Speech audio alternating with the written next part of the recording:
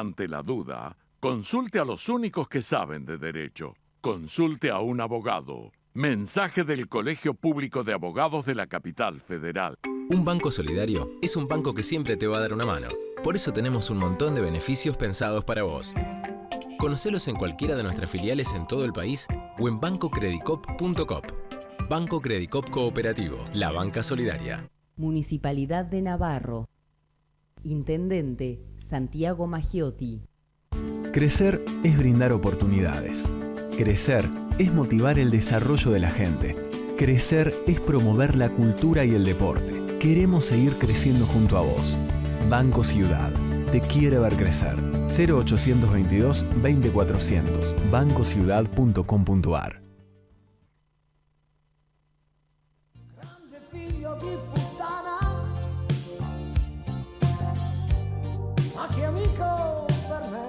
Hola amigos, ¿qué tal? Buenas noches. Por razones de una ocupación y de una charla que tiene que dar, hoy el programa lo conduzco yo, Oscar Bruni. Y antes de pasar al invitado, hola Facundo. ¿Qué tal, Buenas Oscar? noches. Buenas noches. Amigo de la vida. Quiero saludar a toda la gente que amablemente me saluda por la calle, me para, o amigos que me llaman por teléfono, porque son la esencia del programa, son los que, inclusive con diferencias, pero educadamente, me preguntan, por ejemplo, esta semana me preguntaron 4 o 5 personas, ¿por qué soy tan duro con Felipe Solá? Lo que pasa es que Felipe Solá lo conozco desde hace 30 años, y lo conozco como político. Trabajamos cerca alguna vez porque él es agrónomo y yo soy veterinario. Entonces lo conozco de todos lados. Como lo conozco de todos los lados, puedo decir lo que digo de Felipe.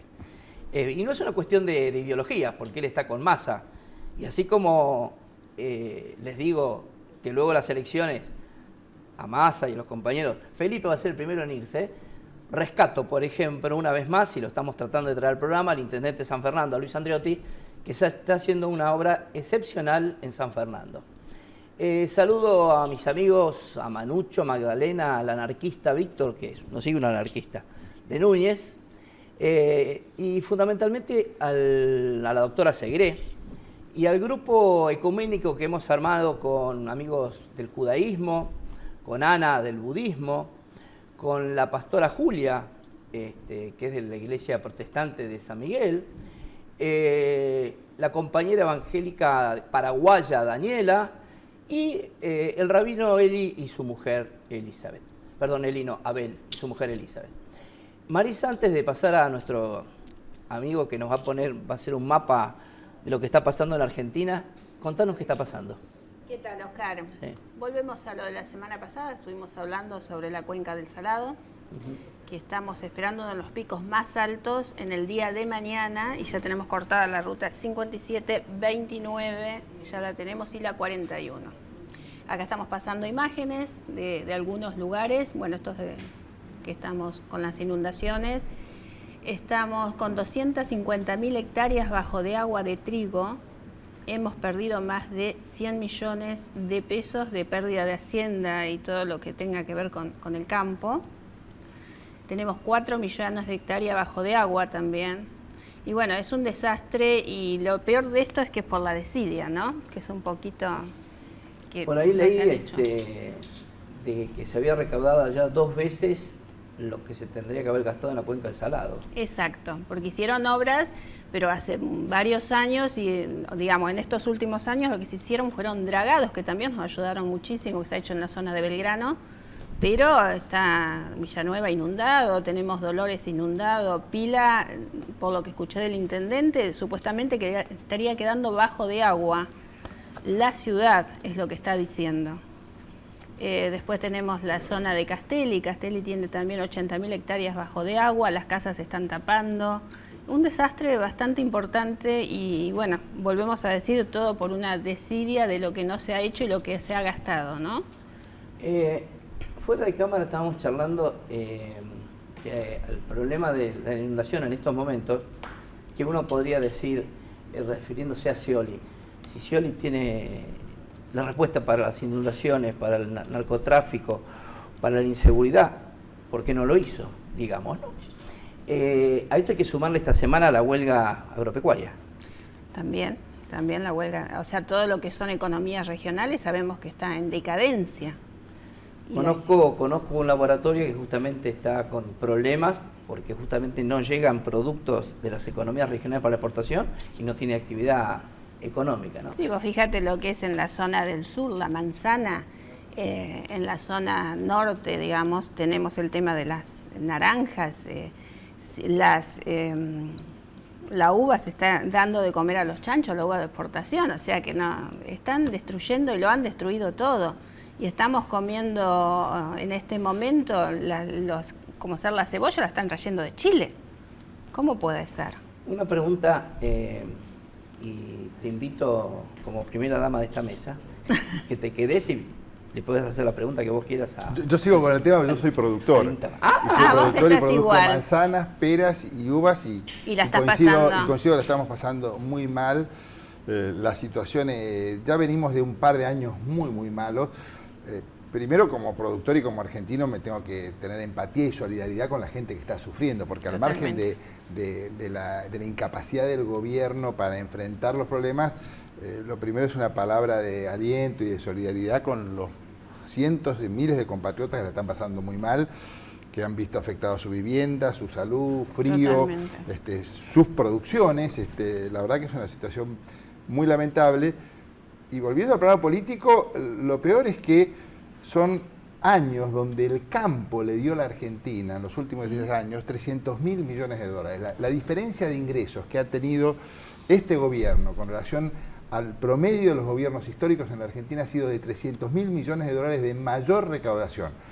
Que no le hayan puesto a la provincia de Buenos Aires, que es uno de los principales generadores de recursos y de producción de insumos agrícolas de la Argentina, que no le hayan puesto inversiones en infraestructura, que no se haya resuelto el tema de las inundaciones, que no se hayan hecho las obras, que no se hayan hecho obras viales, que todavía seguimos teniendo dobles vías en la ruta 7, en la ruta 8, el corazón de la provincia de Buenos Aires, donde se sacó el transporte de cargas del ferrocarril y se lo pasó a los camiones y ni siquiera le hicimos doble mano en años.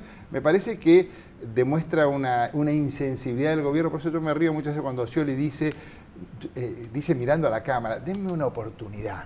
Una oportunidad. Ya la tuvo. 8 años gobernando la provincia de Buenos Aires, uno de los peores gobernadores que tenga la Argentina. El nivel de inversión en infraestructura y de inversión en obra pública de la provincia de Buenos Aires es de los más bajos de los presupuestos provinciales. Solamente el 5% del presupuesto va a inversiones. ¿Y qué pasa con eso? Cuando no se invierte en infraestructura, tenemos estas consecuencias. Entonces, yo creo la verdad que la oportunidad la tuvo y fue pésimo, muy malo. Como todo tiene que ver con todo, ¿no? El otro día un amigo peronista, ya que seguimos esta ilación, me decía, amigo peronista bonaerense, me decía, yo le preguntaba, ¿cómo puede ser que hizo una tan mala elección Scioli en la provincia de Buenos Aires? Entonces él me dijo dos cosas. Bueno, primero, ahí lo conocen, me dijo él. Claro. Y en segundo me dijo una frase de Néstor Kirchner en el año 2009, cuando Néstor Kirchner perdió por 2 puntos en el año 2009 con Felipe Solá, Macri, de Narváez. Néstor Kirchner en aquel entonces, me recordó él, dijo, y bueno, ¿qué querés? ¿Cómo no vamos a perder si está gobernando Scioli?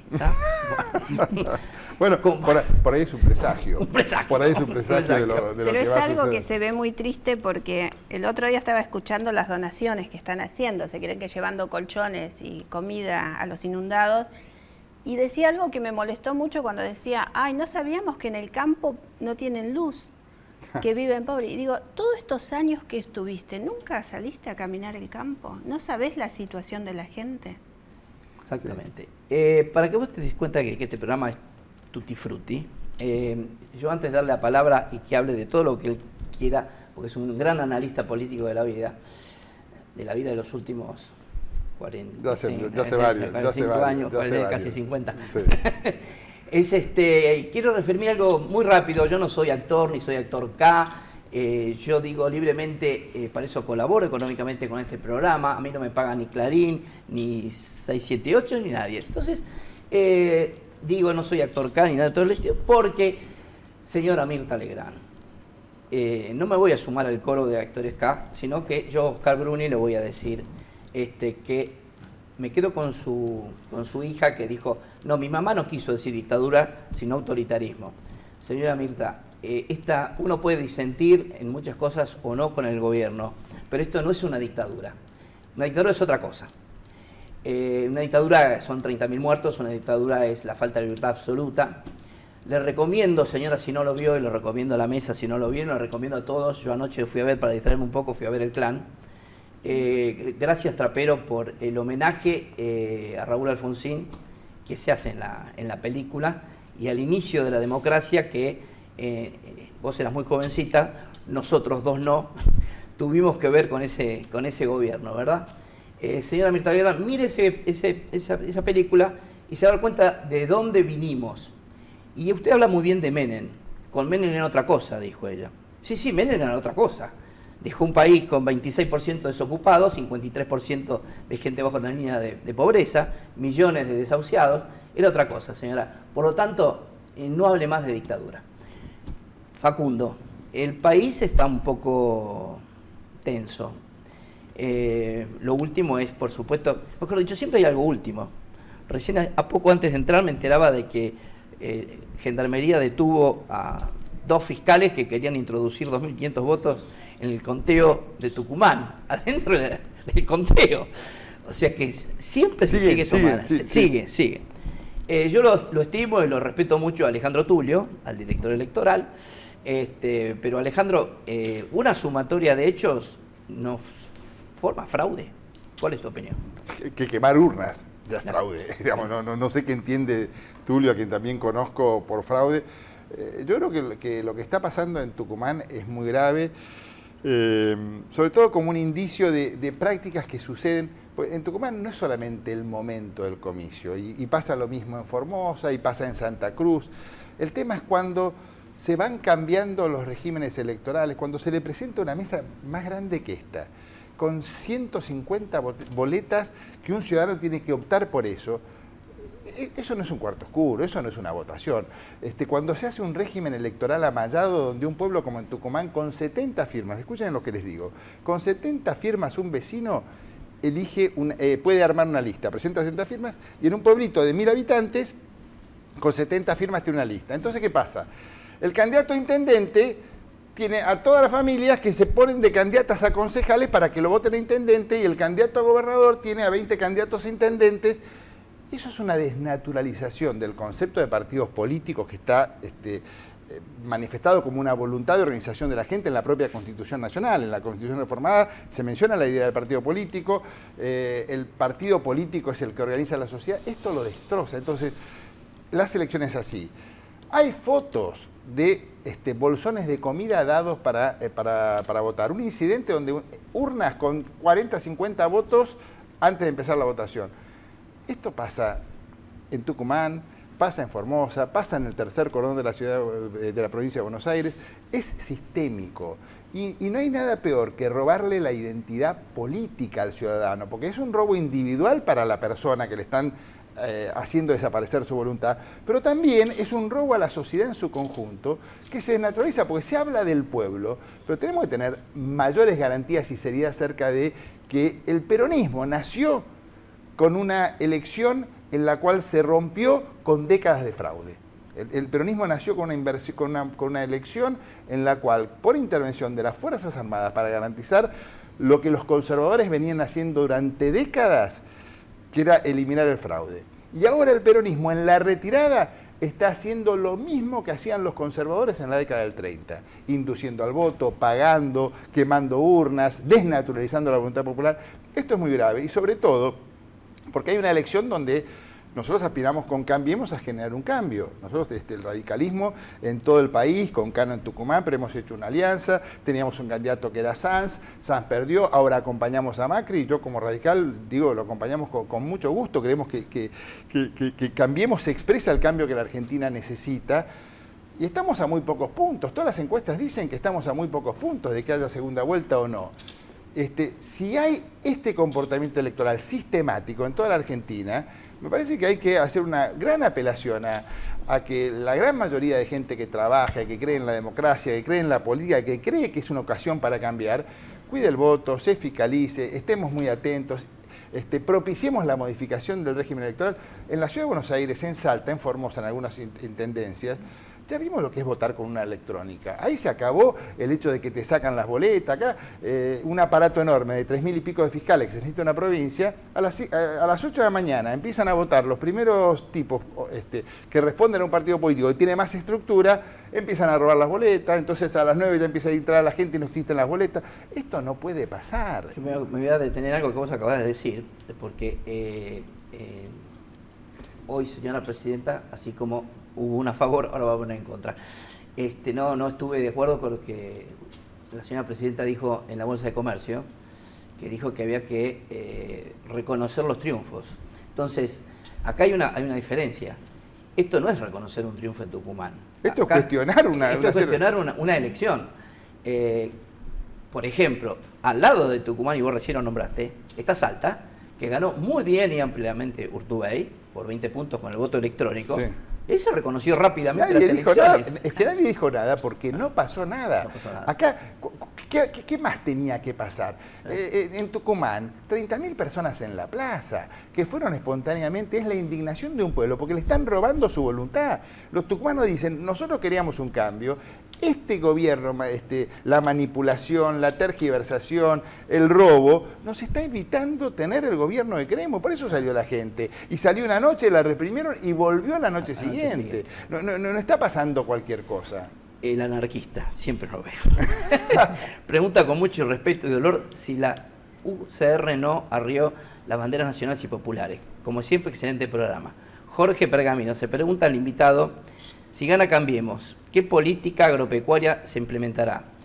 Leonardo de Junín pregunta: ¿por qué Macri y no Scioli o Massa? Francisco de Floresta: ¿cuál era el presidente del Consejo Deliberante? El invitado reprimió o mandó reprimir a los peronistas en la cercanía de la legislatura, que se rompió el local en la Avenida de Mayo y Florida, muy conocido. Beto Paz de Avellaneda: felicita por el programa, muy bueno, con temas muy interesantes. José de Almagro: muy buen programa. La pregunta al invitado: ¿qué harán para impedir el robo, picardía, etcétera, en las elecciones de octubre? Raúl de Ensenada: ¿por qué no se pudo mantener el acuerdo con Wiener y otros que formaban UNEN y la UCR se acercó a Macri, que es impresentable? Noemí de San Justo: Scioli, en lugar de ir a Tucumán a festejar todos los ilícitos de las elecciones, debería procurar que las inundaciones de la provincia, manifestando alguna preocupación por la gente. Preguntas concretas para vos es, para la legislatura, ¿qué haría Cambiemos en cuanto a la política agropecuaria y por qué Macri y no Scioli o Massa?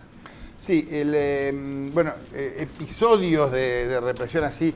Cuando yo presidía lo que era el Consejo Deliberante, yo tuve otra función que tenía mucho más que ver con la posibilidad de una represión. Sí. Yo fui secretario de Interior, Alfonsín, y para mí es un orgullo la vida haber colaborado con un presidente como Alfonsín. Me convocó, yo fui secretario de Interior y estaba bajo mi área la Policía Federal. No recuerdo ese incidente en particular. Recuerdo el incidente, sinceramente ha pasado tanto tiempo. Ese incidente fue una protesta de la CGT en uno de los 13 paros, donde no hubo persecuciones ni hubo intentos de evitar que la gente se acercara a la Plaza de Mayo. Lo que hubo fue, sí, efectivamente, una represión cuando los manifestantes salieron a romper vidrieras y a quemar cosas en la avenida. Por una cosa es permitir que se desarrolle una manifestación pacífica. Tuvimos 13 paros generales con movilizaciones, la mayoría de ellos sin ningún tipo de represión. Jamás lo hicimos durante el gobierno de Alfonsín. Y en este caso en particular, sobre la Avenida de Mayo, fue cuando los participantes empezaron a romper, a quienes rompían las vidrieras y estaban en sus actos. Hubo una acción policial, que hubo varios detenidos, etcétera, pero no hubo una represión generalizada, no hubo actos de ese tipo. Con relación al tema de, empiezo por UNEN, porque a mí me gustaba la idea de UNEN y me gustaba ampliarla. El tema es que si quienes no tenemos una mirada como la del peronismo, no nos damos cuenta que estamos frente a una alianza enorme, donde por un lado están Urtubey y Scioli aliados con Delía y Ebe Bonafini, en extremos que no tienen nada que ver con nada. Y eso es una enorme coalición de poder, que triunfando con muy poco, digamos, 54% es una barbaridad, es una gran elección. Es menos de lo que sacó Alfonsín, pero es una gran elección. ¿Qué hizo que Cristina Fernández de Kirchner fuera tan poderosa y arremetiera contra el campo, contra las instituciones, contra los sectores productivos, tuviera la política económica catastrófica que está llevando adelante en los últimos años? ¿Qué lo hizo tan poderosa? Lo hizo poderosa el desequilibrio de poder, la diferencia que la oposición, el primero de la oposición, que en ese caso fue Wiener, tuviera el 17% de los votos y que estuviera totalmente atomizada la oposición. Fíjense que Rodríguez Larreta sacó 52% de los votos. 52 Rodríguez Larreta contra 54 de Cristina Fernández de Kirchner. Y uno escuchaba a los muchachos diciendo, con el 54% vamos por todo el gobierno más popular, y el otro sacó el 52, 2 puntos menos. ¿Cuál es la diferencia? La diferencia es la amplitud de la oposición.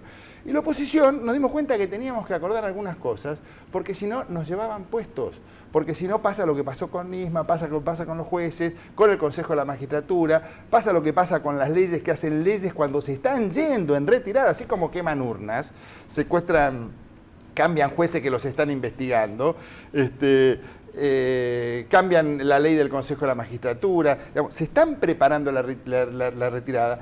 Así como hacen todo eso, si no hay una oposición unida, esto sigue adelante. Entonces, la verdad que lo que en algún punto los radicales, y lo discutimos muchísimo en Gualeguaychú, somos el único partido político que ha discutido su política abiertamente y en público. No hay otro partido político en la Argentina que lo que está haciendo hoy sea producto de un debate público que se desarrolló y que obtuvo una mayoría. Y Gualeguaychú le dio la expectativa a la Argentina de una segunda vuelta. Y nosotros en Gualeguaychú la consigna era ampliar UNEN. El problema que teníamos es que los socialistas de ninguna manera querían, Libres del Sur de ninguna manera querían, y para nosotros, yo digo sinceramente, yo no tengo ningún problema en compartir un proyecto común con Macri, porque creo que en lo esencial, en los 3 puntos centrales que tiene la Argentina de hoy, que son restablecer la condición republicana, reimpulsar a los sectores productivos para su desarrollo y realinear a la Argentina en el mundo, posicionarla de una forma distinta que como la ha puesto el gobierno nacional, en esos 3 ejes centrales para que la Argentina despegue, tenemos muchas coincidencias. Después discutiremos cuando se normalice el país quién tiene más Estado, quién quiere menos Estado. Mientras tanto, los radicales, que vamos a ser la primera fuerza con 45 diputados del eje oficialista del futuro gobierno que va a presidir Macri con la participación de una coalición política que integre no solamente a los radicales, sino porque vamos a una segunda vuelta donde también tendremos que convocarlo a Massa y a su equipo para que nos acompañen en la segunda vuelta a formar una amplia coalición donde con la base de lo que hoy es Cambiemos, más ampliado a sectores del peronismo, logremos darle una gobernabilidad y una razonabilidad a la Argentina que me parece, por los resultados de lo que está sucediendo en la política económica y social de la Argentina, no para de ir para atrás desde hace 2 años. Yo te voy a colaborar en la parte, en una pregunta que te preguntaban, ¿cuál va a ser la política agropecuaria? Yo voy a colaborar con vos por razones obvias de la historia, ¿verdad? Sí. Porque formé parte del equipo agropecuario. Primero, tuve que ver mucho con la normalización de la Universidad de Buenos Aires. Exactamente. ¿No? Junto con Delich. Y después sí, pasé como jefe de asesores de Lucio Reca y después como presidente de Senasa. Gran ministro, un hombre que conocía muchísimo. Un gran ministro de Agricultura. Exactamente. Hablando de lo que estamos hablando. Yo estos datos, yo siempre digo, miren al radicalismo después de noviembre, porque también sé que hay muchísimas posibilidades casi de duplicar los intendentes bonaerenses. Sí. Eso es casi un hecho. Un hecho. Yo me acuerdo de los equipos agropecuarios de Alfonsín. Tuve un corto paso, 7 meses solamente en el gobierno de la Rúa, por razones obvias me peleé, discutí con él y con... Yo no tuve ese privilegio, a mí no me llamaron para nada. Yo duré 7 meses. Otro orgullo de la vida. Claro, yo duré 7 meses, habrá sido que era alfonsinista, entonces duré poco. Pero, por ejemplo, estos los 2 últimos días hubo una reunión de la Federación Agraria en el Hotel Castelar. Entonces Scioli fue con su ministro de Agricultura, que es un tipo muy reconocido, el Topo Rodríguez, y Macri fue acompañado de gente de los sectores agropecuarios. Fue con gente ex Sociedad Rural, ex Confederación Rural. Entonces, acá viene una gran diferencia. El radicalismo siempre, el Estado era quien definía las políticas. Acá parecería que con Macri va a ser las entidades que van a definir la política. No. El radicalismo, primero que va a ser la principal fuerza en el Congreso del espectro oficialista. Y segundo, que nosotros ya estamos trabajando en los equipos propios con los del PRO. Esto no es el PRO, esto es Cambiemos. Y Macri es absolutamente consciente de que tiene que ir al común denominador, no solamente con el radicalismo, sino con la coalición cívica, con lo que expresa Carrió, y también con los sectores del peronismo a los que empezamos a convocar para la segunda vuelta. O sea que acá va a haber acuerdos, va a haber un gobierno de coalición y vamos a buscar el punto de coincidencia. En donde hay núcleos duros de coincidencia avanzaremos. Y en el tema agrícola, en el tema de la política agropecuaria, en lo central hay acuerdos importantes. Y donde no haya acuerdos se irán conversando. Y yo estoy seguro que está la expectativa que se va a generar cuando tenga otra racionalidad la conducción del sector agropecuario, otra racionalidad, sobre todo una política de aliento al sector productivo agropecuario. Este gobierno ha maltratado al sector productivo agropecuario, lo ha identificado con los enemigos de la patria, los ha identificado con realidades que no existen más, de viejas oligarquías. Hoy el campo se ha tecnificado, hoy el campo tiene una estructura productiva absolutamente distinta. Hay una lógica de trabajo. Yo no solamente soy un productor, formo parte de los grupos CREA, la dinamización de la estructura productiva en el campo, en todo el territorio nacional, es una realidad que este gobierno no ve. Por eso ha ofendido a todos los productores que apuestan a este país, que invierten y que trabajan con la caracterización y con las políticas de castigo en trigo, en leche, en frutas. No hay rubro en lo cual la política económica del gobierno no haya condenado a el quebranto a los sectores productivos. Antes de pasarte las últimas preguntas, ya que estamos en la parte de agropecuario, señores políticos, por favor, sean de gobierno nacional, provincial, del color que sean, señores de las entidades, por favor, dejen en paz a los equipos técnicos del SENASA, que saben muy bien lo que hacen. Una pregunta, la JP que se comían los chicos crudos está detrás de Scioli. El radicalismo, Junta Coordinadora, está detrás de Macri. ¿No ha habido un fracaso en las juventudes? No, primero nosotros creemos que nosotros estamos acompañando un proyecto político de cambio que ganó Macri una interna, lo acompañamos con entusiasmo. Yo conozco muchos militantes de la coordinadora que estamos en esto. Nosotros creemos que hoy lo central para el país es recuperar el concepto institucional, es recuperar la vigencia de la ley, es recuperar un sentido de solidaridad y estamos seguros de que con Macri lo vamos a lograr. Gracias Marisa por estar. Gracias a vos. Gracias Facundo, una vez más un placer tenerte Gracias invitado. por la invitación. Y gracias a ustedes, hasta el miércoles que viene en Los Secretos del Poder.